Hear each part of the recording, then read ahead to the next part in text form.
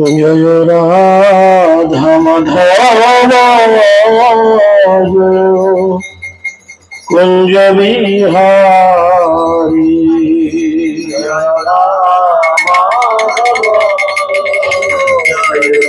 कुंज बिहारी जय राधा जय कुंज बिहारी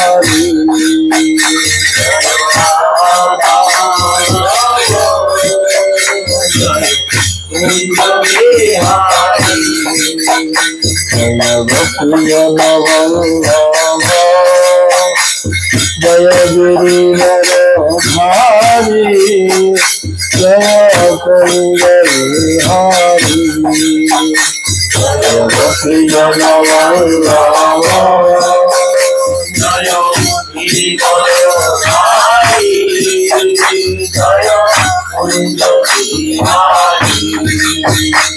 जय यशोदानंदन भज जन रंजन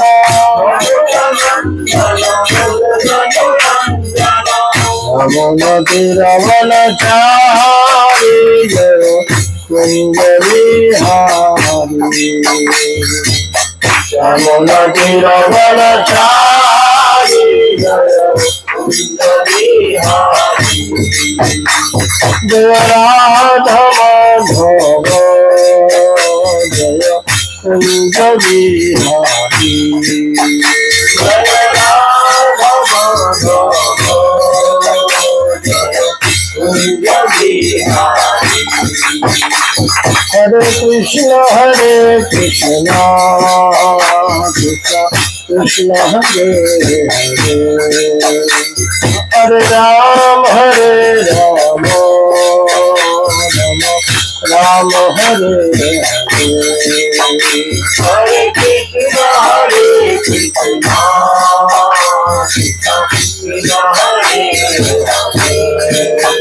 हरे हरे राम राम हरे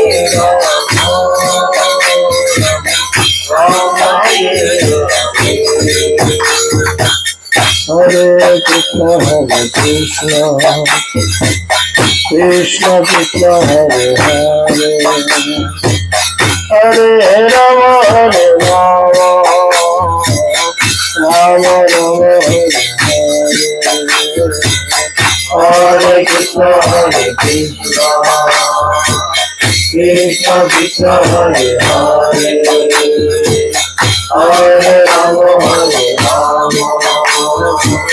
राम हरे हरे राधा माधव जय राधा माधव राधा माधव जय राधा माधव जय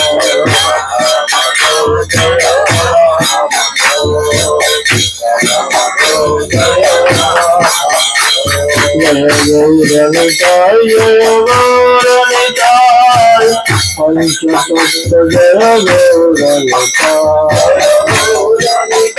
जय गौरनिताय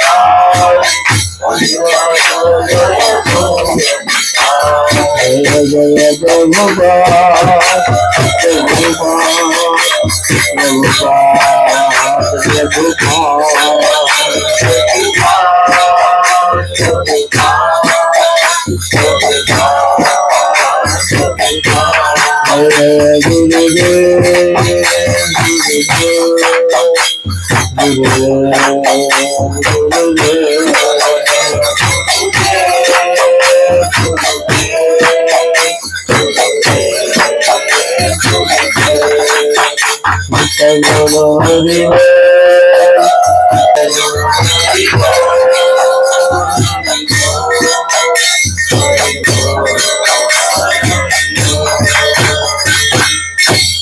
जय गौरवनंदे ओम ज्ञानं तिमिरन्धस्य ज्ञानाञ्जनशलाकया चक्षुरुन्मीलितं येन तस्मै श्रीगुरवे नमः नमः विष्णुपादाय कृष्णपृष्ठाय भूतले श्रीमते जयपताका स्वामिनिति नामिने नमो आचार्यपादाय नितायकृपाप्रदायिने गौरकथा धामदाय नगरग्रामकारिणे नमयं विष्णुपादाय कृष्णपृष्ठाय भूतले श्रीमते भक्तिवेदांत स्वामिनिति नामिने।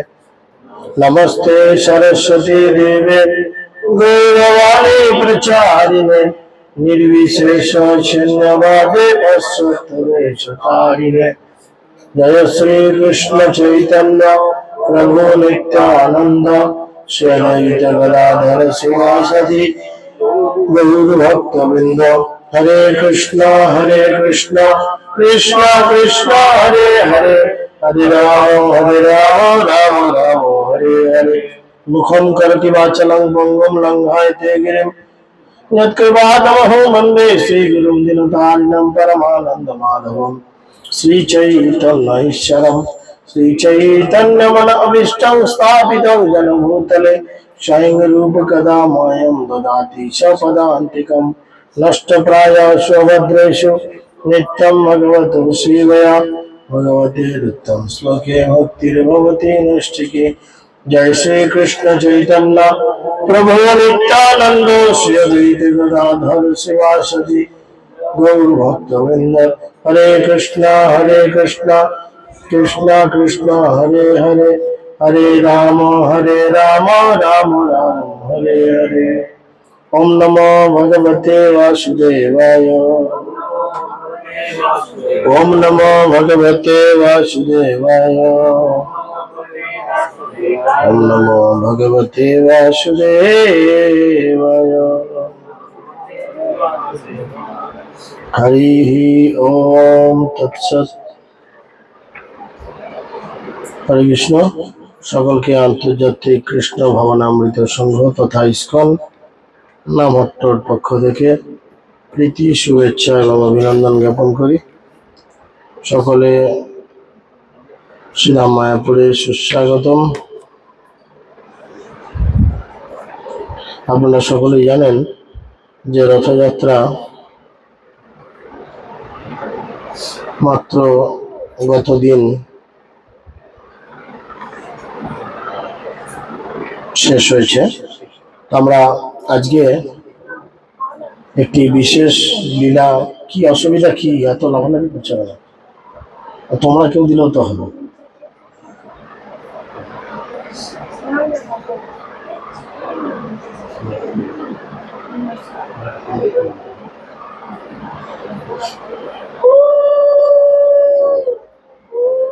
হরে কৃষ্ণ।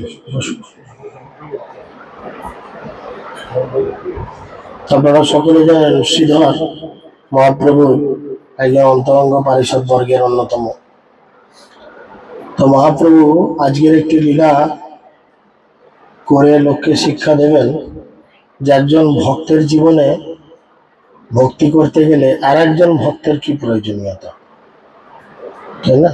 যেমন রান্না করতে গেলে আগুনের প্রয়োজনীয়তা আছে, আপনি যাই রান্নাই করুন, আছে কি না? আবার ঠিক আগুনের প্রয়োজনীয়তার সাথে সাথে একটা কড়াই বা খুন্তি বা হাঁড়ি বাসনপত্রেরও প্রয়োজন আছে। তার সাথে সাথে তার উপযোগী কিছু জিনিসপত্র, চাল ডাল সবজি মশলা লবণ ইত্যাদিরও প্রয়োজন আছে, তাই না? তার মানে একটা সুস্বাদু খাবার তৈরি হওয়ার জন্য যেমন কতগুলি উপকরণের প্রয়োজন পড়ে, যার মাধ্যম দিয়ে এগুলো তৈরি হয়, ঠিক সেরকম একজন ভালো ভক্ত তৈরি হতে গেলে কতগুলো জিনিসের প্রয়োজন পড়ে, বিশেষ করে একজন ভক্তের কৃপা। তো সেটা কিরকম, চৈতন্য মহাপ্রভু নিজে আচরণ করে সেই শিক্ষা দিয়েছেন। সর্বমুখে হরিনাম শুনে প্রভু হাসে, সর্বমুখে হরিনাম শুনে প্রভু হাসে, নাচিয়া চলিল প্রভু শ্রীধরের বাসে। মহাপ্রভু এর পূর্বে একটি লীলা করেছিলেন, চাঁদকাজি উদ্ধার বলে একটি লীলা। সেখানে আপনারা সকলে জানেন চাঁদকাজি ভয়ভীত হয়েছিলেন এবং ভয়ভীত হওয়ার পরে তিনি কি করেছিলেন, চতুর্দিকে হরিনাম করার জন্য আদেশ করেছিলেন। তো চতুর্দিকে লোকজন যখন হরিনাম করছেন, মহাপ্রভুর হৃদয়ের মধ্যে বড় আনন্দ এসেছে তাই মহাপ্রভু সবার মুখে হরিনাম শুনে তিনি নাচতে নাচতে শ্রীধরের বাড়িতে গেলেন। শ্রীধরের নাম কে কে শুনেছেন? একটু হাত তুলেন। শ্রীধর, শ্রীধর কি করতেন? শ্রীধরের ব্যবসা কি ছিল জানেন? তৎকালীন যুগে থোর, কলা মোচা, কলার পাতা, কলার পেটো ইত্যাদি মূল বিক্রি করতেন। ভাঙা এক ঘর মাত্র শ্রীধরের বাস, উত্তরিলা গেলা প্রভু তাহারও আবাস। সবে এক লৌহ পাত্র আছয় দুয়ারে, কত ঠাঁই তালি তাহা চড়েও না হরে। শ্রীবাস ঠাকুরের বাড়িতে ঢুকে কি দেখছেন? একটা বাড়িতে ঢুকে বাড়ির জিনিসপত্র, আসবাবপত্র বা বাড়ির রং চং ইত্যাদি দেখে একটা আইডিয়া করা যায় যে মোটামুটি বাড়িটা কিরকম হতে পারে, তাই না? সেরকম শ্রীবাস ঠাকুরের বাড়িতে মহাপ্রভু যখন ঢুকেছেন, ঢুকে গিয়ে দেখছেন তার দুয়ারে একটা লোহার মগ, তাও আবার এত ফুটো ফুটো রয়েছে, এত ছিদ্র রয়েছে যে চুরি করতে এলে সেই মগে হাত দেবে না। তাহলে এবার আপনারা আইডিয়া পাচ্ছেন শ্রীধরের ফাইন্যান্সিয়াল অবস্থা কিরকম ছিল, তাই না? আর্থিক দিকে শ্রীধর কেমন উন্নত ছিল আমরা ঘরে ঢুকিয়ে দেখতে পাচ্ছি, বুঝে গেল? সেই জন্য নৃত্য করে মহাপ্রভু শ্রীধর অঙ্গনে, জলপূর্ণ পাত্র প্রভু দেখিলা আপনে। ভক্ত প্রেম বুঝাইতে শ্রী শচীনন্দন, লৌহ পাত্র তুলিল ইলেন ততক্ষণ। জল পিয়ে মহাপ্রভু মুখ সুখে আপনার, কারো শক্তি আছে তা নহে কহিবার। এদিকে মহাপ্রভু কি করলেন? সেই শতছিদ্র যে লোহার মগ, তার মধ্যে জল ভরলেন, বুঝা গেল? এমনি ফুটো ফাটা জিনিসে মানুষকে খেতে দেওয়া উচিত নয়, এটা তো বাড়ির মেয়েরাও সবাই জানে। তো সেই কারণে কি হচ্ছে না, মহাপ্রভু তার মধ্যে জল ভর্তি করে নিয়ে নিজে মুখের মধ্যে চালান করে দিলেন। সেই অপরিচ্ছন্ন শতছিদ্র মগটার মধ্যে দিয়ে তিনি জল খেলেন এবং সুখে তিনি যে কত শান্তি পেলেন সেটার মুখে বলা যায় না। এদিকে শ্রীধর দেখছেন, শ্রীধর জানেন মহাপ্রভু হচ্ছেন স্বয়ং ভগবান। তখন শ্রীধর কি বলে? শ্রীধর বলছে, মরিনু মরিনু বলি ডাকয়ে শ্রীধর, মরে সংহারিতে সে আইলা মোর ঘর। আমি পাপে মরে যাব, পাপে মরে যাব, আমাকে পাপে মারার জন্যই মহাপ্রভু আমার বাড়িতে এসেছে। বলিয়া মূর্ছিত হইলা সুকৃতি শ্রীধর, প্রভু বলে শুদ্ধ মোর আজি কলে মর। যখন শ্রীধর অজ্ঞান হয়ে পড়ে গেছেন মহাপ্রভুর এই রূপ আচরণ দেখে, তখন মহাপ্রভু কি করছেন? নিজের গায়ে নিজে হাত বুলিয়ে বলছেন, আজকে আমার শরীর কি হলো? শুদ্ধ হলো। কেন শুদ্ধ হলো সেটা বোঝাবেন। আজি মোর ভক্তি হইল কৃষ্ণের চরণে, শ্রীধরের জলপান করিল যখনে। আজকে আমার প্রকৃত কৃষ্ণের চরণে ভক্তি হলো যখন আমি শ্রীধরের বাড়িতে তার খাওয়া ওই মগে, মানে শ্রীধর ওই মগটায় জল খেত, তার খাওয়া ওই মগে আমি জল খেলাম। এখন সে বিষ্ণু ভক্তি হইল আমার, কহিতে কহিতে পরে নয়নের ধার। বৈষ্ণবের জল পানে বিষ্ণু ভক্তি হয়, সবারে বুঝায় প্রভু গৌরঙ্গ সদায়। অর্থাৎ তিনি বললেন কি না, এখন আমার ভগবানের চরণে শুদ্ধ ভক্তি লাভ হলো। এই কথা বলতে বলতে তিনি কান্না করছেন। শাস্ত্রে বলছে কি, বৈষ্ণবের জল যদি কেউ পান করে তাহলে তার বিষ্ণু ভক্তি হয়। এই কথা মহাপ্রভু সবাইকে শিক্ষা দেওয়ার জন্য এই লীলা করলেন। অর্থাৎ পদ্মপুরাণ আদি খণ্ডে 31:112-তে খুব সুন্দর করে বলছেন, প্রায়র্থ বৈষ্ণবান্নথাং প্রযত্নে বিচক্ষণ, সর্ব পাপ বিশুদ্ধর্থাৎ তদ ভাবে জলং পিবেত। পণ্ডিত ব্যক্তি সমস্ত প্রকার পাপ থেকে সম্পূর্ণরূপে নির্মল হওয়ার জন্য অতি আদরের সঙ্গে বৈষ্ণবের নিকটে ভগবানের প্রসাদ বা বৈষ্ণবের ভোক্তাশেষ অন্ন প্রার্থনা করবেন। তা না পেলে অন্তত বৈষ্ণবের উচ্ছিষ্ট জল বা বৈষ্ণবের পাদধৌত জল গ্রহণ করবেন। কোন ভক্ত কি করবেন না, সমস্ত পাপ থেকে মুক্ত হওয়ার জন্য তিনি অতি আদরের সঙ্গে একজন বৈষ্ণবের কাছে গিয়ে ভগবানের প্রসাদ বা বৈষ্ণবের ভোক্তাশেষ অন্য প্রার্থনা করবেন যে প্রভু কৃপা করে আমাকে আপনার উচ্ছিষ্ট দান করুন ইত্যাদি বলবেন। অথবা তিনি কি করবেন, যদি তার ভুক্তাশেষ বা অন্ন না পান তখন তিনি কি করবেন, তার উচ্ছিষ্ট জল অথবা তার পাদধৌত জলপান করবেন। ভক্তবাৎসল্য দেখি সর্ব ভক্তগণ, সবার উঠিল মহা আনন্দ ক্রন্দন। নিত্যানন্দ পদধর পরিলা কান্দিয়া, অদ্বৈত শিবাস কান্দে ভূমিতে পড়িয়া। কান্দে হরিদাস গঙ্গা দাস বক্রেশ্বর, মুরারি মুকুন্দ কাঁদে শ্রী চন্দ্রশেখর।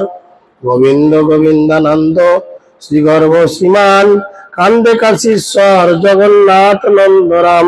জগদীশ গোপীনাথ কান্দেন নন্দন, শুক্লাম্বর গরুর কান্দয়ে সর্বজন। লক্ষ কোটি লোক কান্দে শিরে হাত দিয়া, কৃষ্ণরে ঠাকুর মোর অনাথের অনাথ। তখন লক্ষ কোটি মানুষ কাঁদতে থাকলো যে কৃষ্ণ হচ্ছেন অনাথের নাথ, তাই সেই কৃষ্ণ এখানে এসে এইভাবে উচ্ছিষ্ট গ্রহণ করলো। কি হইল বলিতে নারী শ্রীধরের বাসে, সর্বভাবে প্রেম ভক্তি হইল প্রকাশে। কৃষ্ণ বলি কান্দে সর্ব জগত হরিষে, সংকল্প হইল সিদ্ধি গৌরচন্দ্র হাসে। তখন মহাপ্রভু মনে মনে হাসছেন, কারণ মহাপ্রভুর মনে মনে সংকল্প ছিল যে তিনি কোন শুদ্ধ ভক্তের উচ্ছিষ্ট গ্রহণ করবেন এবং যার ফলে তার ভক্তি জীবনও অনেক পাওয়ারফুল হবে। দেখো সব ভাই এই ভক্তের মহিমা, ভক্ত বাৎসল্যের প্রভু করিলেন সীমা। এইদিকে মহাপ্রভু একজন ভক্তের কত গুণমহিমা, কত মহিমা থাকতে পারে সেটা তিনি দেখাচ্ছেন। লৌহ জলপাত্র তাতে বাহিরের জল, পরম আনন্দে পান করেন সকল। পরমার্থ পান ইচ্ছা হইল যখনে, সুধামৃত ভক্ত জল লইল তখনে। অর্থাৎ এখানে তিনি বলছেন যে লৌহ পাত্রে জল, তা আবার বাইরের জল, বাইরে রাখা আছে এরকম জল, তিনি কি করলেন, সেই জল পান করালেন। যেই জল পান করার ফলে পরমার্থ লাভ হলো এবং সুধামৃত পান করে ভক্ত কি করলেন, নিজের হৃদয়কে পবিত্রকরণ করলেন। ভক্তি বুঝাইতে সে এমত পাত্র জল, পরমার্থে বৈষ্ণব সকল নির্বল। দাম্ভিকে রত্নপাত্র দিব্য জলাশনে, আচুক পিবার কার্য না দেখে নয়নে। যে সে দ্রব্য সেবকের সর্বভাবে খায়, নৈবেদ্যাদি বিধিরও অপেক্ষা নাহি চায়। বলে এ এমন এক ভগবান যিনি কি করেন, লোকের নৈবেদ্য চেয়ে চেয়ে খান, কেড়ে কেড়ে খান। কৃষ্ণ এসেছিল, কৃষ্ণ কি করতেন, লোকের বাড়িতে গিয়ে ননি মাখন দুধ ইত্যাদি কেড়ে কেড়ে খেতেন, চুরি করে খেতেন। মহাপ্রভু কি করতেন, মহাপ্রভুরও বাল্যলীলা কৃষ্ণের মতো, তিনি লোকের বাড়িতে যেতেন, কেড়ে কেড়ে খেতেন। শুধু খেতেন এই না, লোকের ঘরের ছোট ছেলে যদি বিছানায় শুয়ে ঘুমাতেন, চিমটি কেটে তাকে জাগিয়ে দিয়ে চলে আসতেন। চিন্তা করো, মা কত ঝামেলা করে ছেলেকে ঘুম পাড়িয়ে দিয়ে বাড়ির কাজ সারছে, আছে কিনা? মায়েদের এরকম ছেলেদের অনেক সমস্যা থাকে যে একটু তাদের ঘুম টুম পাড়িয়ে দিয়ে বাড়ির কাজ সারো, তাহলে ছেলে কান্নাকাটি করবে। মহাপ্রভু যেতেন তাদের বাড়িতে, গিয়ে কি করতেন, চিমটি কাটতেন। আর বাচ্চা ছেলে চিমটি কাটলে কি করবে, ঘুম থেকে উঠে কান্নাকাটি করবে, মায়ের ডিস্টার্ব হবে। বলে এরকম ডিস্টার্ব করে। অল্প দ্রব্য দাসেও না দিলে বলে খায়, তার সাক্ষী ব্রাহ্মণের ক্ষুদ দ্বারকায়। অল্প কিছু খেতে দিলেও, অল্প কিছু খাবার অল্প ভাবে খায় না, বলে তার প্রমাণ কি, দ্বারকার সেই ব্রাহ্মণ। দ্বারকায় কে গেছিল, সুদামা। সুদামা তার সামান্য একটা ছোট্ট পুটলি করে সামান্য কিছু চাল ভাজা নিয়ে গেছিল, আর কৃষ্ণ কি করেছিলেন, কেড়ে কেড়ে সেই চাল ভাজাগুলো জোর করে খেয়েছিল। সুদামা কিন্তু বার করতে চায়নি। এত বড় অট্টালিকা, এত বড় রাজপ্রাসাদ, ভিআইপি ব্যাপার দেখে সে আর নোংরা ওই খাবারের থলিটা বার করতে চায়নি। কিন্তু কৃষ্ণ তিনি সকলের হৃদয় বোঝেন, আর তিনি বোঝেন বলে তিনি কি করেছেন, সঙ্গে সঙ্গে গিয়ে তিনি সেখান থেকে বার করে করে টেনে টেনে সেগুলোকে খেয়েছেন। অবশেষ সেবকেরে করে আত্মসাৎ, তার সাক্ষী বনবাসে যুধিষ্ঠির সাত। বলে অবশেষ অর্থাৎ পাতের শেষে যেটা পড়ে থাকে সেটা থেকেও কৃপা করে তিনি গ্রহণ করার চেষ্টা করেন। তার মূল সাক্ষী কে? না, তার মূল সাক্ষী হচ্ছে যুধিষ্ঠির মহারাজ। যখন যুধিষ্ঠির মহারাজ গিয়েছিলেন কোথায়? বনবাসে গিয়েছিলেন। আর দুর্যোধন কি করেছিলেন? যুধিষ্ঠির মহারাজকে শায়েস্তা করার জন্য দুর্বাসা মুনির 10,000 শিষ্যকে বলেছিল চলে যাও, আমাদের আতিথ্য গ্রহণ করলে এবার তুমি গিয়ে ওদের আতিথ্য একটু গ্রহণ করে এসো। যেমনি ওদের আতিথ্য গ্রহণ করতে গেছে, সেখানে গিয়ে দেখেছি কি দুপুর পার হয়ে গেছে, অলরেডি খাওয়া দাওয়া শেষ। আর দ্রৌপদীর কাছে একটি সূর্যদেবের গিফট করা পাত্র ছিল, যার নাম হচ্ছে অক্ষয় পাত্র। সেই পাত্র কি মহিমা ছিল না, সেই পাত্রে এত লোক প্রসাদ পেতে পারতো যতক্ষণ না দ্রৌপদী প্রসাদ পায়। কিন্তু দ্রৌপদী প্রসাদ পাওয়া হয়ে গেলেই সেই পাত্র থেকে আর একটুও প্রসাদ পাওয়া যাবে না। আজকের দিনে দ্রৌপদী খেয়ে নিয়েছে, আর দুর্বাসার তার 10,000 লোকজন নিয়ে সেখানে হাজির, শিষ্যদের নিয়ে হাজির। 2-5টা লোক হয় ঝপ করে রান্না চাপানো যায়, 10,000 লোক মানে বুঝতে পারছেন কত রান্না বান্নার ঝামেলা। তো এরকম কন্ডিশন যখন হয়ে আছে, তখন কি করেছিলেন? কৃষ্ণ তখন সাকল্য খেয়েছিল, অর্থাৎ দ্রৌপদী এরকম বিপদে পড়ে কাকে শরণ গ্রহণ করেছিলেন? তার 5 জন বলিষ্ঠ স্বামীকে বলেছিল? ভীম, যুধিষ্ঠির, অর্জুন, নকুল, সহদেব কাউকে বলেছিলেন না। তিনি যখনই বিপদে পড়েছেন সরাসরি ভগবানের শরণ গ্রহণ করেছেন। এর থেকে আমাদের শিক্ষা দিচ্ছেন, জীবনে আমাদের বিপদ হয়তো আসবে বা আসছে, পদে পদে বিপদ থাকবে। বিপদে আমরা সবসময় ভগবানকে স্মরণ করব। কিভাবে স্মরণ করব? না, সম্পদ লাভে যেভাবে আমাদের উৎসাহ থাকে। সচ্চিদানন্দ ভক্তিবিনোদ ঠাকুর বলছেন, বিপদে সম্পদে তাহা থাকুক সমভাবে, দিনে দিনে বৃদ্ধি হোক নামের প্রভাবে। হে প্রভু, আপনার চরণে আমার ভক্তি কিরাম থাকা দরকার? কিরাম থাকা দরকার? আনন্দ হলে আমরা কি করি? বড় লাফাই। দুঃখ হলে কি করি? বড় দুঃখ পাই, কষ্ট পাই। বলে আনন্দে যেরকম আমরা উৎফুল্ল হয়ে লাফাই, সেরকম দুঃখেতেও যেন আমরা ভেঙে না পড়ি, সেরকম জায়গা যেন আমরা ধরে রাখতে পারি। কোন পরিস্থিতিতে তোমার নাম ছাড়া যেন আমরা না যেতে পারি। সেবক কৃষ্ণের পিতা, মাতা পত্নী ভাই, দাস বই কৃষ্ণের দ্বিতীয় আর নাই। যেরূপ চিন্তায় দাসে সেই রূপ হয়, দাস কৃষ্ণ করিবারে পারায়ে বিক্রয়। সেবক বৎসল প্রভু চারি বেদে গায়, সেবকের স্থানে কৃষ্ণ প্রকাশ সদায়।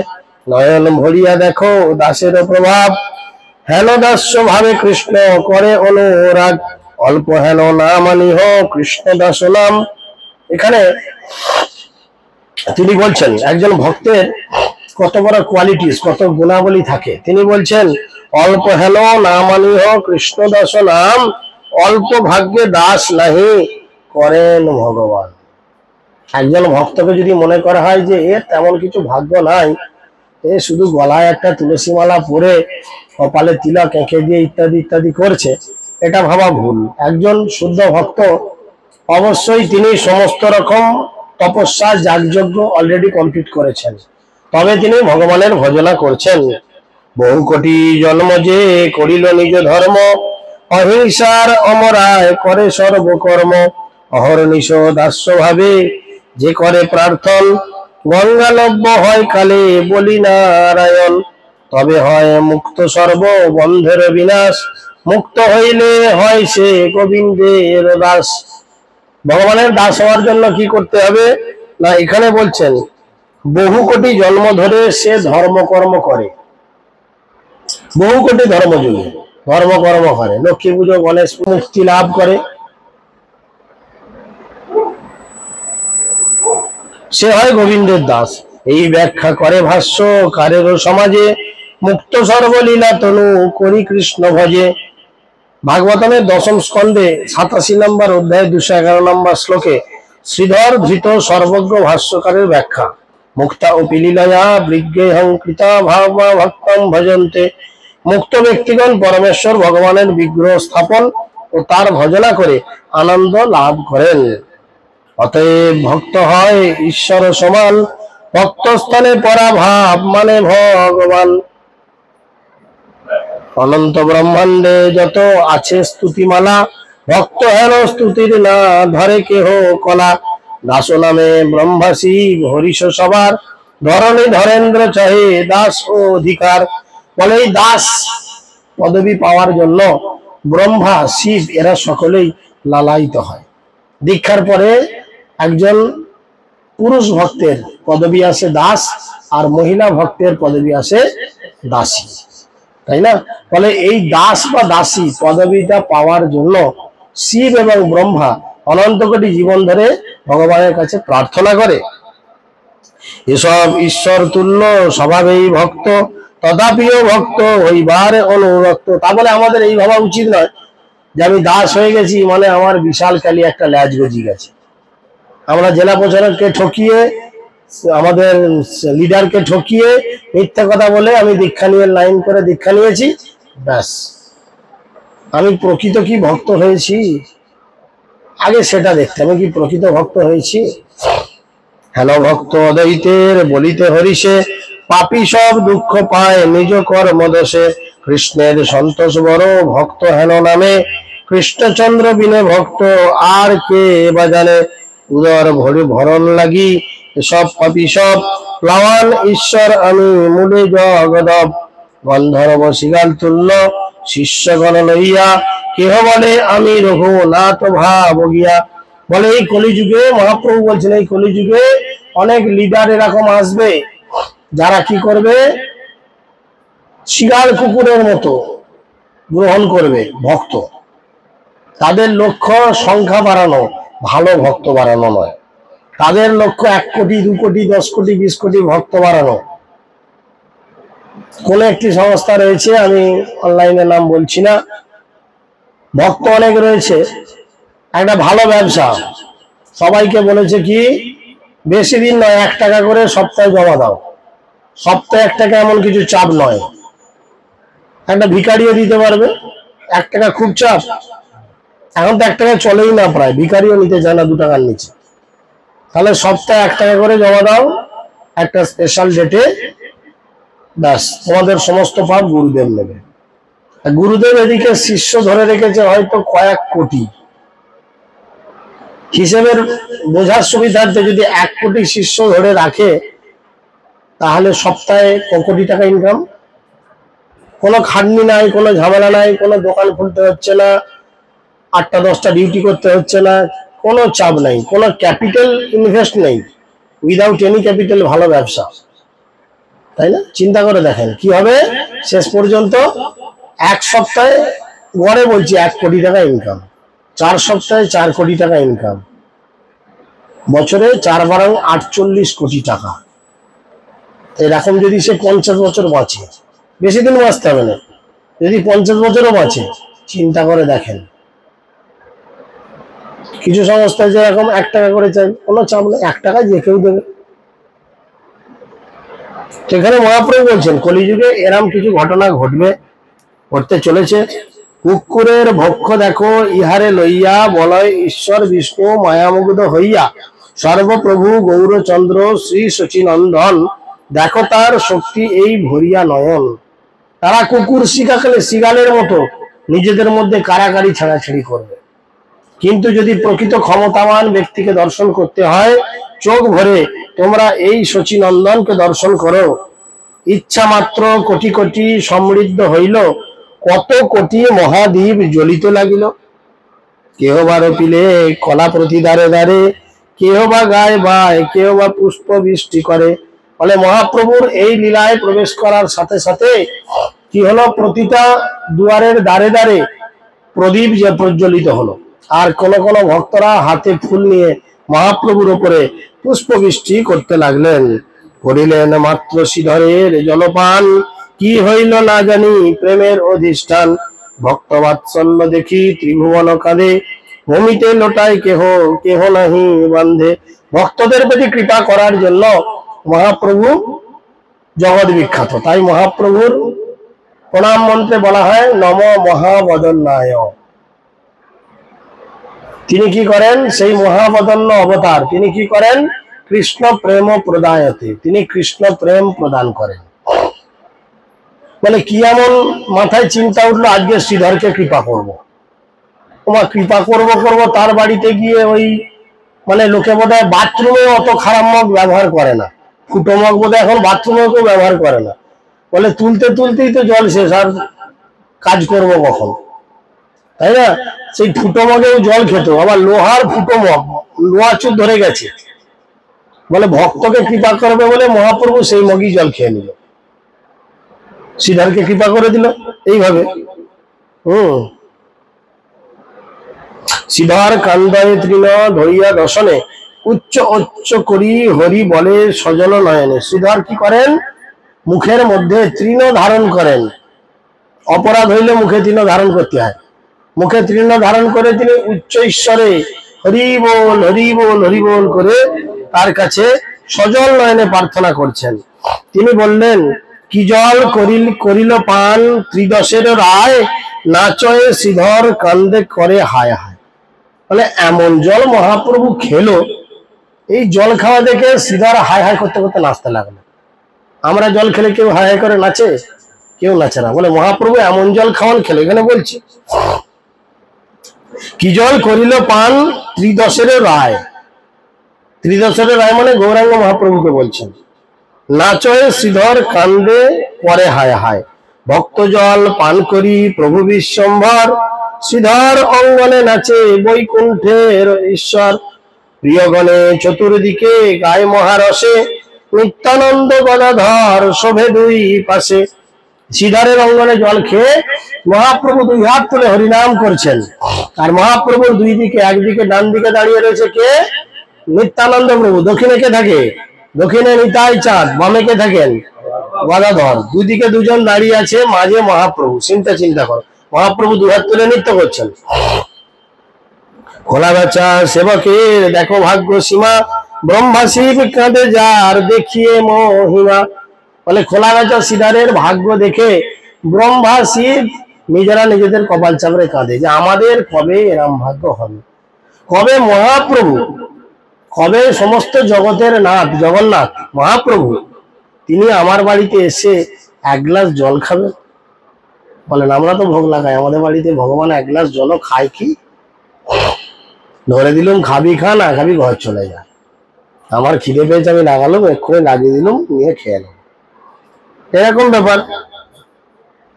ধনে জনে পাণ্ডিত্যে কৃষ্ণের নাহি পাই, কেবল ভক্তি বস চৈতন্য গোসাই। ভালো লেখাপড়া জানলে বা ভালো টাকা পয়সা থাকলে বা ভালো দেখতে শুনতে হলে চৈতন্য মহাপ্রভুকে পাওয়া যাবে না। মহাপ্রভুকে কখন পাওয়া যাবে না? মহাপ্রভু কেবলমাত্র ভক্তির দ্বারা বশীভূত হন। বুঝা গেল? জলপানে শ্রীধরের অনুগ্রহ করি, নগরে আইলা পুনঃ গৌরাঙ্গ শ্রী হরি, নাচে গৌর চন্দ্র ভক্তি রসের ঠাকুর, চতুর্দিকে হরির ধ্বনি শুনয়ে প্রচুর, সর্বলোকে যিনি নব দ্বীপের শোভায়, হরিবোল শুনে মাত্র সবারও জিহ্বায়। এদিকে শ্রীধরের ঘরে জল খেয়ে শ্রীধরকে কৃপা করে দিয়ে তিনি আবার নবদ্বীপে ফিরে এসেছেন। ফিরে এসে তিনি শুনছেন কি? সকলের মুখে হরিধ্বনি, প্রেমধ্বনি চলছে। সর্বলোক যিনি নব দ্বীপের শোভায়, হরিবোল শুনে মাত্র সবার জিহ্বায়, সে সুখে বিহ্বল সুখ নারদ শঙ্কর, সে সুখে বিহ্বল সর্ব নদিয়া নগর, সর্বনব দ্বীপে নাচে ত্রিভুবনের রায়, গাদি গাছা পারোডাঙ্গা মাদি যা দিয়ে যায়। এই যে তিনটে জায়গার নাম বললেন, এই তিনটে জায়গা কিন্তু যারা নবদ্বীপ মন্ডল পরিক্রমা করেছেন তাদের মধ্যে পড়ে। গাদি গাছা বলে একটা জায়গা পড়ে, পাটডাঙ্গা বলে একটা জায়গা পড়ে, এবং মাঝিদা, যেটাকে মাঝদিয়া মাঝিদা এরম বলে, এরম একটা জায়গা পড়ে। এক নিশা হেন জ্ঞান না করে মনে, কত কল্প গেল সেই নিশার কীর্তনে, শ্রী চৈতন্যের কিছু অসম্ভব নয়, ত্রিভঙ্গে ভ্রুভঙ্গে যাহার হয় ব্রহ্মাণ্ডের প্রলয়। বলে মহাপ্রভু দ্বারা কিছু হবে না তা নয়, মহাপ্রভু ইচ্ছা করলেই সবকিছু করতে পারেন। যার কেবল দুটো ভুরুকে একবার না চালে জগৎ প্রলয় হয়ে যায়। মহাভাগ্যবানে সে এসব তত্ত্ব জানে, শুদ্ধ তর্কবাদী পাপী কিছুই নাহি মানে, যে নগরে নাচে বৈকুণ্ঠের অধিরাজ, তাহারও ভয়ে ভাষয় আনন্দ সিন্ধু মাঝ। এবারে মহাপ্রভু আমাদেরকে শিক্ষা দেবেন যে অ্যাকচুয়াল শুদ্ধ ভক্তের মহিমা কিরূপ। সে হুঙ্কার, সে গর্জন, সে প্রেমের ধার, দেখিয়া কান্দায় স্ত্রী পুরুষ নদিয়ার। অর্থাৎ মহাপ্রভুর এই প্রেমের ধারাকে, কৃষ্ণ প্রেমের এই ধারা দেখে নবদ্বীপের সমস্ত স্ত্রী পুরুষ কাঁদতে লাগলেন। কেউ বলে শচীর চরণে নমস্কার, হেন মহাপুরুষ জন মিল গর্ভ ভেজার। কেউ কেউ বলে শচী মায়ের গর্ভ মানে উদর, পেট, যে পেটের মধ্যে মহাপ্রভু আবির্ভূত হয়েছিলেন, শচী মাকে নমস্কার। কেউ বলে জগন্নাথ মিশ্র পুণ্যবন্ত, কেহ বলে নদীয়ার ভাগ্যের নাহি অন্ত। কেউ বলে জগন্নাথ মিশ্র বড় ভাগ্যবান, এই জগন্নাথ মিশ্রের গৃহে মহাপ্রভু আবির্ভূত হয়েছেন।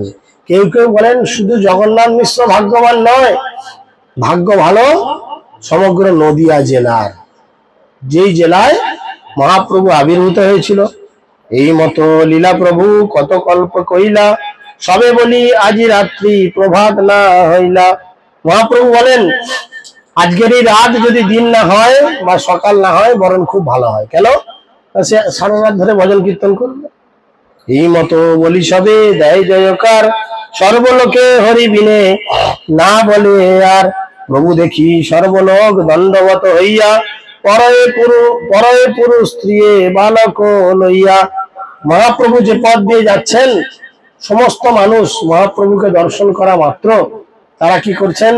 পুরুষ দণ্ডবত প্রণাম করছেন এবং মায়েরা পঞ্চাঙ্গে প্রণাম জানাচ্ছেন, এবং বাচ্চাদেরও জোর করে ঘাট ধরে, বাচ্চাদেরও প্রণাম করতে চায় না, জোর করে ঘাট ধরে বলছে এই তোরা প্রণাম কর। অনেক জায়গায় মায়েরা করে না, বলে বাচ্চাদের বলাই ওরা প্রণাম কর, ও একা একা প্রণাম করবে। যেখানে শুভদৃষ্টি গৌরচন্দ্র করি সবাকারে, সানুভাবানন্দে প্রভু কীর্তন বিহারে। এসব লীলার প্রভু নাহি পরিচ্ছেদ, আবির্ভাব দৃঢ়ভাব কহে এই বেদ। যেখানে যেরূপ ভক্ত গণে করে ধ্যান, সেই রূপে সেইখানে প্রভু বিদ্যমান। আপনার ভক্তদের প্রতি আপনি এতই কৃপাময় যে যেই রূপে তারা নিরন্তর আপনাকে চিন্তা করে, তাদের কাছে আপনি আপনার সেই দিব্য এবং শাশ্বত স্বরূপকেই প্রকাশ করেন। ভক্ত আপনাকে যে রূপে চিন্তা করে, আপনি এত ভক্ত বৎসল যে আপনি নিজেকে সেই রূপে প্রকাশিত করেন। দেখেন প্রহ্লাদ মহারাজ কি রূপে চিন্তা করেছিল, নৃসিংহদেব দিকে চিন্তা ভগবান রূপে চিন্তা করেছেন। তিনি বলেছিলেন ধামের মধ্যেও আমার কৃষ্ণ আছে, বলেছিলেন কিনা হিরণ্যকশিপুকে। তো তার মুখের কথা সত্যতা প্রমাণ করার জন্য স্বয়ং ভগবান হিরণ্যকশিপু রূপ ধারণ করে কোত্থেকে বেরিয়েছিলেন? সে থামকে ভেঙে তার ভেতর থেকে বেরিয়েছিল। ভক্তের রূপ এই রূপ করেছেন। এমনকি ব্রহ্মার কথার সত্যতা রাখার জন্য তিনি হিরণ্যকশিপুকে বধ করলেন। ঠিক ব্রহ্মার প্রত্যেকটা যে বর, প্রতিটা বরকে সত্যতার জায়গায় রেখে ভক্তকে কখনো তিনি ছোট করলেন না। হিরণ্যকশিপু ব্রহ্মার কাছে চেয়েছিলেন কি? আমি অমরত্ব চাই। বলে অমরত্ব হবে না, অন্য কিছু চাও। দ্বিতীয়বার তপস্যা করে কি চায়? আমি দিনে মরবো না, রাতে মরবো না। এক অমরত্বের মতনই বর। আমি সকালে মরবো না, সন্ধ্যায় মরবো না। এক অমরত্বের মতো বর। আমি কোনো অস্ত্র শস্ত্র ইত্যাদিতে মরবো না। আপনার সৃষ্ট করা কোনো জীবের হাতে মরবো না। এই জগতে সকলেই ব্রহ্মার হাতে তৈরি, দেবদেবীরা পর্যন্ত ব্রহ্মার হাতে তৈরি, একমাত্র কৃষ্ণ ছাড়া। তার মানে অমরত্বের মতনই চেয়েছে। আমি আকাশে মরবো না, পাতালে মরবো না, আমি ঘরে মরবো না, বাইরে মরবো না। যা বাবা, তাহলে তুই মরবি তো নাকি? অমরত্বের মতো বর চেয়েছে। তাই ব্রহ্মাজির প্রত্যেকটা কথার সত্যতা প্রমাণের জন্য ভগবান কি করলেন? নিজেকে ঠিক সেইভাবে প্রকাশিত করলেন। বলে দেখো আমি না মানুষ না পশু, আমি ব্রহ্মার সৃষ্ট জীব নই, ব্রহ্মাময় সৃষ্টি করেনি। তুমি বলেছো অস্ত্রে মরবে না, শস্ত্রে মরবে না, আমি তোমাকে নখ দিয়ে মারছি। অতএব ব্রহ্মার কথার সত্যতা রইল। তুমি না ঘরে মরছো না দুয়ারে মরছো, চৌকাঠে নিয়ে বসে তোমাকে মারছি, না তুমি আকাশে মরছো না মাটিতে মরছো না পাতালে মরছো, আমার কোলে তোমাকে ফেলে মারছি। হলো কি না ব্রহ্মার কথার সত্যতা প্রমাণ? এখন ত্রিসন্ধ্যা, না সূর্য উঠে আছে না অন্ধকার হয়েছে, না সন্ধ্যা হয়েছে ঠিক করে না সকাল হয়েছে, এখন গোধূলি লগ্ন। ব্যাস ফিনিশ করবো তোমার কথাগুলো শুনে। তাই ভক্তের মুখের সত্যতাকে সেই জায়গায় স্থান দেওয়ার জন্য মহাপ্রভু কি করলেন, সেই রূপ আচরণ করলেন যে একজন ভক্তকে কি করে হাইলাইট করা যায়। কেননা ভক্তিতে একজন ভক্তের গুরুত্ব মহাপ্রভু বারবার বলছেন, অদ্যপিহ চৈতন্য এসব লীলা করে, যার ভাগ্যে থাকে সে দেখায় নিরন্তরে। আজও নবদ্বীপে চৈতন্য মহাপ্রভু প্রত্যহ লীলা বিলাস করেন। যে সমস্ত ভাগ্যবান ব্যক্তি রয়েছেন, যাদের দিব্য চক্ষু উন্মিলিত হয়েছে, তারাই কেবলমাত্র এই লীলাকে দর্শন করেন। যেমন একজন উদাহরণ দাও, যিনি শেষ দেখেছেন, রিসেন্ট মহাপ্রভুর এই লীলা দেখেছেন আর লিখেছেন, দেখেছেন আর লিখেছেন, কে? সচ্চিদানন্দ ভক্তিবিনোদ ঠাকুর। তিনি সুরভি কুঞ্জে বসে দেখবেন, যারা নবদ্বীপ মন্ডল পরিক্রমা করেছেন, সুরভি কুঞ্জ থেকে ঠিক জলঙ্গি নদীর ওপারে আমাদের মায়াপুর মন্দির দেখা যায়, টিওপিপি মাথা দেখা যায়, ঠিক একদম মনে হয় কাছে, নদী পেরোলেই পেয়ে যাবো। সচ্চিদানন্দ ভক্তিবিনোদ ঠাকুর তিনি সন্ধ্যায় বসে আছেন, আর বসে বসে তিনি এইদিকে তাকিয়েছেন, দক্ষিণের দিকে। এটা দক্ষিণ, মানে সুরভিকুঞ্জ থেকে দক্ষিণ দিকে তাকালে আমাদের শ্রীরাম মায়াপুর পরে, আর দক্ষিণ দিকে তিনি সন্ধ্যায় তাকিয়ে আকাশে দেখছেন। আর সেই দিব্য চক্ষু আকাশে কি দেখছেন? যে গৌরাঙ্গ মহাপ্রভুর আরতি হচ্ছে, দু চোখ ভরে দেখছে। জয় জয় গোরা চাঁদের আরতিক শোভা, জাহ্নবী তট জগ মনোলোভা। জাহ্নবী মানে গঙ্গা, গঙ্গার তীরে খুব সুন্দর করে আড়ম্বর সহ মহাপ্রভুর আরতি হচ্ছে। আর কি দেখছে? দক্ষিণে নিতাই চাঁদ, বামে গদাধর, নিকটে অদ্বৈত শ্রীনি বাস ছত্রধর। অর্থাৎ ডান দিকে রয়েছে নিত্যানন্দ প্রভু, বাম দিকে রয়েছেন গদাধর। তিনি চোখে দেখছেন আর লিখছেন পেনে, যা দেখছেন তাই লিখছেন, তিনি সেই চোখ পেয়েছেন। আর কি দেখছেন? আর কি দেখছেন? নরহরি কি করছেন? নরহরি আদি করি চামর ডুলায়, তারপর সঞ্জয় মুকুন্দ বাসু ঘোষ আদি গায়। নরহরি ঠাকুর একজন ভালো শুদ্ধ বৈষ্ণব, তিনি কি করছেন? চামর দুলাচ্ছেন। মহাপ্রভু এক বিশিষ্ট ব্যক্তি, তাকে চামর দুলাচ্ছেন। আর সঞ্জয়, মুকুন্দ, এরা হচ্ছেন গাইয়ে, তারা গান গাইছেন। আরতি করছে কে? আরতি করানো ব্রহ্মা আদি দেব বলে। শুধু ব্রহ্মা একা আরতি করছে না, মহাপ্রভুকে সামনে দাঁড় করিয়ে রেখে শুধু ব্রহ্মা একা আরতি করছেন না, ব্রহ্মাজি আরতি করছেন, তার সাথে সমস্ত আদি দেবতাগণ, মানে সিনিয়র, মোস্ট সিনিয়র সমস্ত দেবতারা, শিব, ইন্দ্র, বরুণ, চন্দ্র ইত্যাদি সমস্ত সিনিয়র দেবতারা, অষ্টবসু ইত্যাদি যারা রয়েছেন, তারা সকলে এসে মহাপ্রভুর আরতি করছেন। আরতিতে কি হচ্ছে? শঙ্খ বাজে, ঘন্টা বাজে, বাজে করতাল, শাঁখ, ঘন্টা, করতাল বাজছে, মধুর মৃদঙ্গ বাজে পরম রসন। মৃদঙ্গ খুব সুন্দর সুর তুলে বাজছে। এই যে আমরা এখন আমাদের জিনিসকে অপভ্রংশ করছি। আজকে যে রাস্তা রাস্তায় মহারাম চলছে, একটু বেরিয়ে দেখেন, ওদের মধ্যে ডিজে বাজছে, বাজছে ডিজে, ডিজে বাজছে না কিন্তু। আর কালকে আমরা রথকে ঘর ঢুকিয়ে এলাম, ডিজে ছাড়া নাচা যায় নাকি? মহাপ্রভু কিন্তু এগুলোর কোনোদিন সাপোর্ট করেননি। এখন জগতের মানুষকে নিয়ে চলতে হচ্ছে, আর আমরা নিজেরাই নিজেদের ধর্মকে নষ্ট করছি। মুসলমান ধর্মকে দেখে শেখার দরকার যে কি রকম ওরা আচরণ করে। ওরা ধর্মের মধ্যে কোনো অসভ্যতা ঢোকায় না, ওদের ধর্ম নিয়ে যার জন্য কোনো সমালোচনা হয় না। আর আমাদের ধর্মের মধ্যে আমরা যত পারি বেশি করে অসভ্যতা ঢোকাই।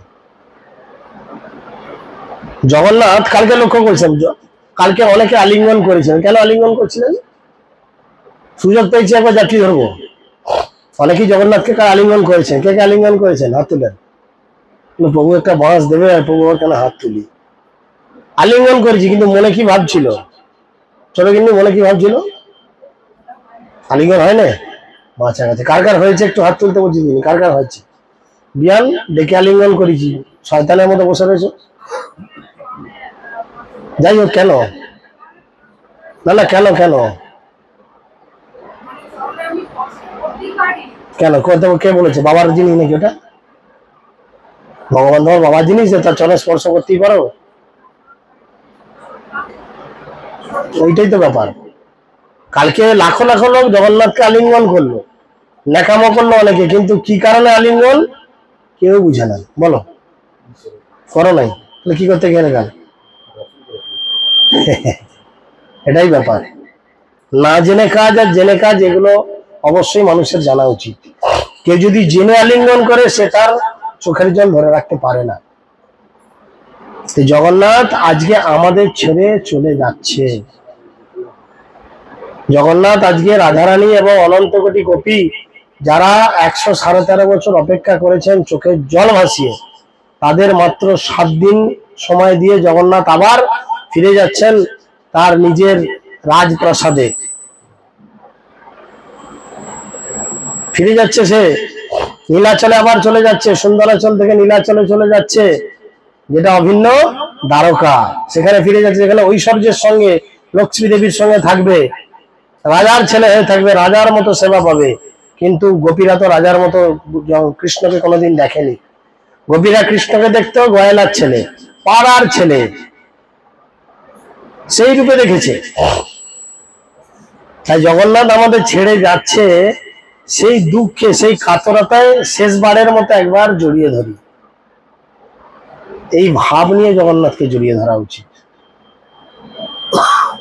কেউ বলে আমি দর্শন করতে গেছি, কেউ বলে আমি পায়ে হাত দিয়েছি, কেউ বলে জড়িয়ে ধরেছি, সবাই ধরছে, আমি ধরেছি। ভাবের বড় অভাব।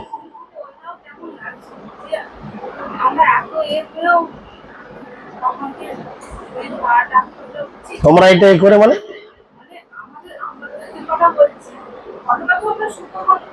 কেন পারোনি? কেন? কে বাধা দিয়েছে? কে বাধা দিয়েছে? শুদ্ধ ভক্ত হতে পারিনি, না ইচ্ছা করে বদমাইশি করে হয়নি? কোনটা?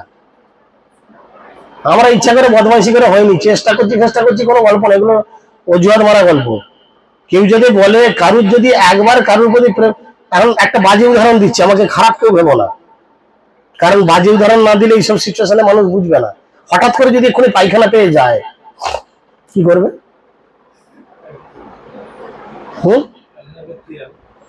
কাপড় চোপড় একাকার হয়ে যাবে। লজ্জা করলেও জিজ্ঞেস করবো, ও বিআই তোমার পায়খানা কোথাও তাড়াতাড়ি তো কেন? সে জিজ্ঞেস করবে, কি হলো বিআই, হঠাৎ পায়খানা পেয়ে যাবে তোমার? আর বলুন জোর পেয়ে গেছে, তাড়াতাড়ি বলে কোথায়। তখন আর লজ্জা শরম ভয় কিছু থাকে, যেতেই হবে, নাহলে কাপড় চোপড় একাকার মানে কষ্টের শেষ নাই। গোপাল ভাঁড়কে কৃষ্ণচন্দ্র রাজা জিজ্ঞেস করেছে, কি করে বেশি আরাম? বলে পায়খানা করে বেশি আরাম। বলো কি করে? ধরে প্রমাণ করো। রাজা মশাইকে একদিন নৌকায় চাপিয়ে ঘোরাচ্ছে ভোরবেলা। সকালে সবারই একটু পায়খানা যাওয়ার ব্যাপার থাকে, সকালে সবাই ঘুম থেকে উঠে একটু পায়খানা যাওয়ার ব্যাপার থাকে। রাজাকে বলেছে প্রমাণ করতে হবে, তুমি যে কথাটা বলেছো পায়খানা করে বেশি আরাম। রাজাকে নৌকা চাপিয়ে নিয়ে ঘুরেছে ভোরবেলা, সবারই একটু বেগ চাপে, রাজারও চেপেছে। ও গোপাল তাড়াতাড়ি পারে নাও না। বলো কেন রাজা মশাই? জোর পেয়েছে, তাড়াতাড়ি নাও না। বলে না না, একটু থাকুন না, জোর পেয়েছে বলছি তো, নাও না। নৌকা করে ঘুরছি বলে কথা, নৌকা বিহার। খুব জোরে পেয়েছে, যখনই পাড়ের কাছে নিয়ে গিয়ে থেমেছে, রাজা মশাই এক লাফ দিয়ে নেমে বাথরুম করে বলছে, হা কি আরাম, কি আরাম। মহারাজ বলেছিলাম, মনে পড়ছে, দাঁত বার করছেন সবাই, কিন্তু ভক্তির জন্য কতটা আমরা পাগল। ইহি করে দাঁত বার করে ফেললাম যে প্রভু কি গল্প শোনালো। ভক্তির জন্য কতটা আমরা পাগল হই। টাকা পয়সা ইনকামের জন্য পাগল, গাড়ি বাড়ির জন্য পাগল, সুন্দরী নারীর জন্য পাগল, টাকা পয়সা ব্যাংক ব্যালেন্সের জন্য পাগল, কিন্তু ভগবানের জন্য তো আমরা পাগল নই এরকম। মহাপ্রভুর মতো উদ্ভ্রান্তের মতো কৃষ্ণ কৃষ্ণ বলে তো আমরা ছুটে যাই না। আমরা অফিস কোর্ট কাছারি দেখাই, টাকা পয়সা গাড়ি বাড়ি দেখাই, তারপর সময় বাজলে ভগবান। বাজারে যে লোকটা কাঁঠালি কলা বিক্রি করে এই দত্তদের ঘরের সামনে জিজ্ঞেস করবে যে সব থেকে বেশি কলা তোর কি বিক্রি হয়, বলে ছোট টাড়া মাখা এইটুকুন কলাগুলি বেশি বিক্রি হয়। ভালো দামি কলা বিক্রি হয় কেন? হতভাগা ভগবান খাবে। ভগবানের প্রতি এটা ভালোবাসা আমরা দেখাই না। এটা হচ্ছে আমাদের বড় দুর্বোধিতার কারণ। আমরা আলিঙ্গন করছি কৃষ্ণকে, কিন্তু কি কারণে করছি আমরা কেউ প্রশ্ন করলাম না। কাতলা মাছ যেমন মাথা মোটার দল, আগের মাছ যেদিকে যায় বাকিগুলো সেদিকে যায়, আমরা শুনে মুসলমানের মতো দেখছি, হো হো টোটো করে ছুটছি। কেন জড়িয়ে ধরতে পারবো না? কেন জড়িয়ে ধরতে পারবো না? 100 বার জড়িয়ে ধরবো জগন্নাথকে, সুযোগ যখন পেয়েছি। হ্যাঁ অবশ্যই তিনি দারু ব্রহ্ম, ব্রাহ্মণ ছাড়া তাকে স্পর্শ করা সবসময় উচিত নয়, কিন্তু যখন তিনি নিজে ইচ্ছাকৃতভাবে স্পর্শ দিতে চাইছেন, আমি কেন সেই সুযোগের অপব্যবহার করব? কেন সেই সুযোগ গ্রহণ করব না? তাহলে এটা আজকে জানলাম, আবার 1 বছরের অপেক্ষা। ততদিন বাঁচি কি মরি কোনো গ্যারান্টি আছে নাকি যে ততদিন বাঁচবই? তাহলে এবছরের মতো হরে কৃষ্ণ ফিনিশ। এবারে তুমি মন্দিরে গেলেও তোমাকে দূর থেকে দাঁড়িয়ে দেখতে হবে, ছুটে দিবে না, কারণ তুমি ব্রাহ্মণ নও। ব্রাহ্মণ মানে ব্রাহ্মণ দীক্ষিত হতে হবে, তবে স্পর্শ করা যাবে। তাহলে বলো এবার কি হবে? আবার 1 বছরের অপেক্ষা। তো মহাপ্রভু সে কথা এখানে বারবার বলছেন যে তিনি লীলা করেন ভক্ত লাগি প্রভুর সকল অবতার, ভক্ত ওই কৃষ্ণ কর্ম না জানে আর। কোটি জন্ম যদি যোগ যোগ যোগ যজ্ঞ তপ করে, ভক্তি বিনা কোন কর্ম ফল নাহি ধরে। কোটি জন্ম ধরে যদি কেউ ভক্তিযোগ সাধন করে, ভক্তিযোগের ইত্যাদি করে, তাহলেও শুদ্ধ ভক্তি যতদিন না হয় ততদিন কিন্তু কৃষ্ণ কৃপা করেন না। হেন ভক্তি বিনে ভক্ত সেবিলে না হয়, অতএব ভক্ত সেবা সর্বশাস্ত্রে কয়। অতএব সেই শুদ্ধ ভক্তি লাভের জন্য কি করা দরকার? ভক্ত সেবা করা দরকার। একজন শুদ্ধ ভক্তের তত্ত্বাবধানে থেকে তার সেবা করা দরকার। কিভাবে? আদিদেব জয় জয় নিত্যানন্দ রায়, চৈতন্য কীর্তন সুরে যাহার জিভ হয়। সেরাম ভক্তের সেবা করা উচিত যে ভক্তের জিভ হয় নিত্যানন্দ প্রভু এবং মহাপ্রভুর কীর্তন বা তাদের গুণমহিমা কীর্তিত হয়। কেহ বলে নিত্যানন্দ বলরাম সম, কেহ বলে চৈতন্যের বড় প্রিয়তম, কেহ বলে মহাত্মাজি অংশ অধিকারী, কেহ বলে কোন রূপ বুঝিতে না পারি। কিবা জীব নিত্যানন্দ কিবা ভক্ত জ্ঞানী, যার যেন মত ইচ্ছা না বল একেনি। যে যেখানে চৈতন্যের নিত্যানন্দ নহে, তবু সে চরণ ধন রহুক হৃদয়ে। এত পরি হারে যে পাপী নিন্দা করে, তবে লাথি মারো তার শিরের উপরে। তিনি বলছেন এত কিছু বুঝার পর, জানার পরেও যদি কেউ ভক্তদের নিন্দা করে, তাহলে তার কোথায় লাথি মারতে বলছে? মাথায়, শিরে লাথি মারো। চৈতন্য প্রিয়ের পায়ে মোর নমস্কার, অবধূত চৈতন্য চন্দ্র প্রভু হোক আমার। বৃন্দাবন দাস ঠাকুর বলছেন মহাপ্রভু এবং তার অগণিত ভক্তদের চরণে। এই কথা বলছিস কেন? বাইরে বেরিয়ে চলে যা, পন্ডিত হয়ে গেছে খুব।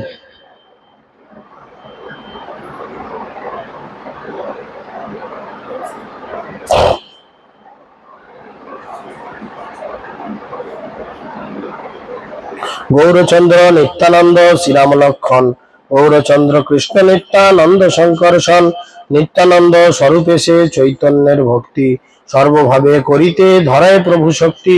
চৈতন্যের যত প্রিয় সেবক প্রধান, তাহারা যে জ্ঞাত নিত্যানন্দের আখ্যান।